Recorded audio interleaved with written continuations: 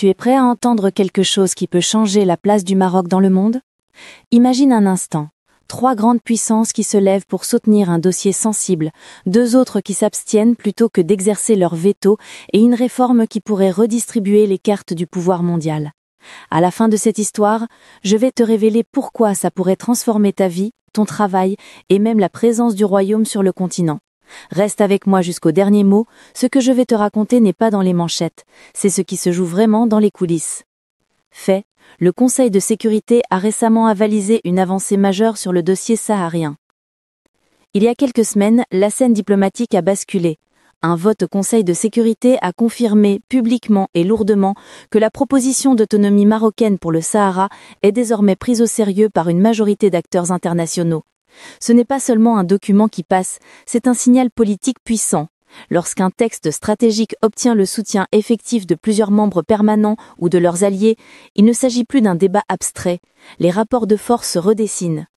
Pour comprendre l'ampleur de ce basculement, il faut entrer dans les détails de la stratégie marocaine et des intérêts qui la soutiennent. Le Maroc ne s'est pas réveillé un matin avec l'idée de devenir un géant diplomatique. C'est le résultat d'une stratégie construite sur plusieurs décennies. D'abord, une diplomatie économique très active, qui a transformé Rabat en un hub entre l'Europe, l'Afrique et l'Atlantique. Ports modernisés, corridors logistiques, zones industrielles et accords bilatéraux. Tout cela n'est pas seulement du décor, ce sont des leviers d'influence. Ensuite, une politique étrangère qui s'est parlé à tout le monde. Paris, Londres, Washington, mais aussi Pékin et Moscou. Et enfin, une capacité à proposer des solutions pragmatiques sur des dossiers régionaux, sécurité, migration, commerce, là où d'autres peinent à offrir des réponses crédibles. Ces 3 piliers ont peu à peu construit la réputation qui a poussé de grandes capitales à regarder Rabat autrement. Parmi les éléments les plus déterminants, le rôle américain. L'appui explicite et répété des États-Unis à la position marocaine sur le Sahara a joué un rôle d'accélérateur. Ce n'est pas un détail diplomatique, c'est une clé. Quand Washington utilise son influence au Conseil, il influe sur l'agenda, sur les textes mis en avant et souvent sur la capacité d'un dossier à passer d'un débat abstrait à une décision concrète. Le réalignement de la politique américaine vis-à-vis du Sahara, entamé lors de la précédente présidence et confirmé par des déclarations ultérieures, a changé la perception stratégique du Maroc auprès d'autres puissances. Quand les États-Unis posent leur poids sur la table, cela réduit la marge d'opposition et ouvre des fenêtres qui étaient auparavant verrouillées. Mais attention, parler d'un siège permanent pour un pays revient à imaginer une réforme profonde de l'ONU. Depuis 1945, la structure du Conseil de sécurité a été modifiée très rarement.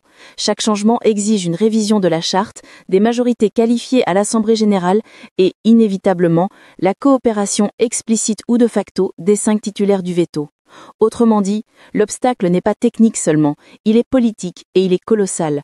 Pourtant, l'idée d'élargir le cercle des permanents pour mieux représenter l'Afrique revient aujourd'hui sur le devant de la scène, portée par des pressions multiples, revendications de légitimité africaine, réalités géopolitiques nouvelles et des puissances prêtes à redistribuer le partage du pouvoir pour consolider des alliances. Ce contexte est ce qui rend la candidature marocaine plausible, mais pas acquise. Au cœur de la bataille, il y a l'Afrique elle-même. 5 pays sont clairement engagés dans une course tacite pour représenter le continent. Le Maroc, l'Égypte, l'Afrique du Sud, l'Éthiopie et le Nigeria. Chacun tient des cartes différentes. Le Nigeria a la démographie et le poids économique. L'Afrique du Sud a une voix historique sur la scène internationale. L'Égypte combine poids régional et ancrage au Moyen-Orient. L'Éthiopie joue un rôle stratégique en Corne d'Afrique.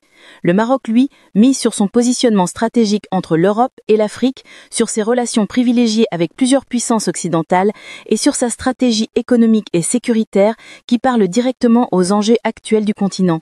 La question n'est pas tant qui est le plus méritant, mais qui saura convertir des promesses politiques en soutien concret. Dans les coulisses, la diplomatie ressemble parfois à un marché. Pas un troc sale, mais des échanges d'intérêts. Des ambassadeurs discutent d'investissements en zone portuaire, d'accords sur la sécurité maritime, de coopération en énergie renouvelable. En face, on parle de voix, d'abstention, de pression discrète sur d'autres dossiers sensibles.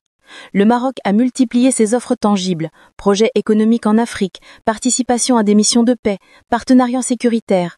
Ces offres ne sont pas anecdotiques, elles constituent la monnaie d'échange moderne de la diplomatie. Quand un pays prouve qu'il peut apporter des solutions concrètes, emploi, infrastructures, sécurité, il devient plus attractif comme partenaire permanent.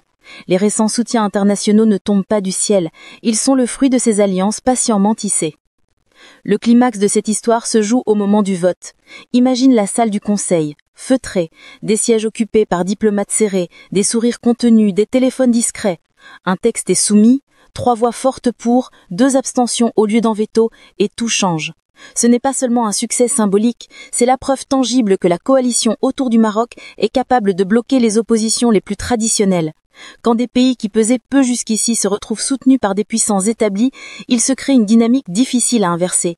C'est ce basculement progressif et concret qui rend aujourd'hui la candidature marocaine crédible dans les conversations les plus fermées. Alors, et toi, citoyen, qu'est-ce que tout ça change ? D'abord, des retombées économiques concrètes. Un statut renforcé sur la scène internationale attire des investissements massifs, des sièges de multinationales, des projets industriels, des circuits logistiques et des emplois surtout, dans les régions côtières et les hubs industriels comme Tanger, Casablanca et Agadir. Pour les jeunes, cela veut dire des formations adaptées, une demande accrue dans les secteurs de la transition énergétique, de la tech et de la logistique. Pour un artisan ou un entrepreneur, cela peut signifier plus d'accès aux marchés africains et européens, des opportunités d'exportation et des chaînes de valeur plus intégrées. Ces transformations ne tombent pas instantanément, mais la visibilité accrue accélère les décisions d'investissement étrangères. Ensuite, sur le plan de la sécurité et de la souveraineté, un Maroc mieux représenté au sommet des décisions internationales aura davantage de moyens pour défendre ses priorités régionales. Cela peut se traduire par une coopération renforcée contre le terrorisme au Sahel, par des accords migratoires plus équilibrés avec l'Europe et par une influence plus forte dans les processus de stabilisation régionaux. Concrètement, moins d'instabilité régionale signifie moins de flux migratoires et incontrôlés, moins de disruptions économiques et une marge de manœuvre accrue pour la diplomatie marocaine. Pour les familles et les entreprises, c'est une stabilité économique et sociale qui s'inscrit sur le moyen terme. Mais il y a aussi des risques et des responsabilités. Être aspirant membre permanent ou même bénéficier d'un appui renforcé implique des attentes. Le Maroc sera appelé à jouer un rôle plus actif sur des questions difficiles, conflits, migration, crise humanitaire. Cela peut coûter cher, politiquement et financièrement. Sur le plan interne, la montée en visibilité internationale devra être payée par des résultats tangibles, emploi, services publics et une gouvernance plus exigeante. Sans une transformation intérieure parallèle, la fiasté internationale peut rapidement se heurter à la réalité sociale. Autrement dit, la diplomatie doit s'accompagner d'une politique intérieure ambitieuse et inclusive. Que peut faire chacun dès aujourd'hui ? D'abord s'informer, comprendre que la diplomatie moderne se joue autant sur des projets économiques que sur des discours. Ensuite se préparer, investir dans des formations techniques, soutenir les filières d'avenir, énergie renouvelable, numérique, logistique. Et enfin, exiger des comptes. Si le Maroc gagne en toi, il faut que cette puissance serve l'intérêt général, emploi, accès aux services, redistribution des retombées. La pression citoyenne est le garant que les gains internationaux se traduiront en bénéfices concrets pour la population. La route reste incertaine, mais la dynamique est réelle. Le Maroc a réussi à créer une combinaison rare, des alliances solides à l'ouest, un ancrage africain en développement et une capacité à proposer des projets concrets. Si la réforme du Conseil se réalise, le Royaume a une carte à jouer, à condition de traduire les succès diplomatiques en projets concrets et en justice sociale intérieure. Le moment est historique. Soit le Maroc devient un acteur permanent et responsable dans la gouvernance mondiale, soit il reste l'un des nombreux pays influents mais non permanents. La différence se fait dans la capacité à transformer la parole en actes. Voilà ce que je voulais te raconter. Une histoire de patience, d'alliance, de pragmatisme et de responsabilité. Si demain Rabat franchit la porte des membres permanents, ce ne sera pas un trophée vide.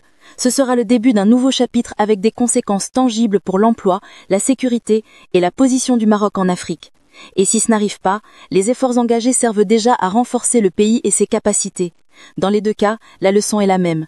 La diplomatie se construit sur des dossiers concrets, pas sur des slogans. Reste attentif parce que la partie n'est pas terminée. Ce que tu peux faire aujourd'hui, c'est t'informer, te former et demander des comptes pour que la montée du Maroc sur la scène internationale profite réellement à tous.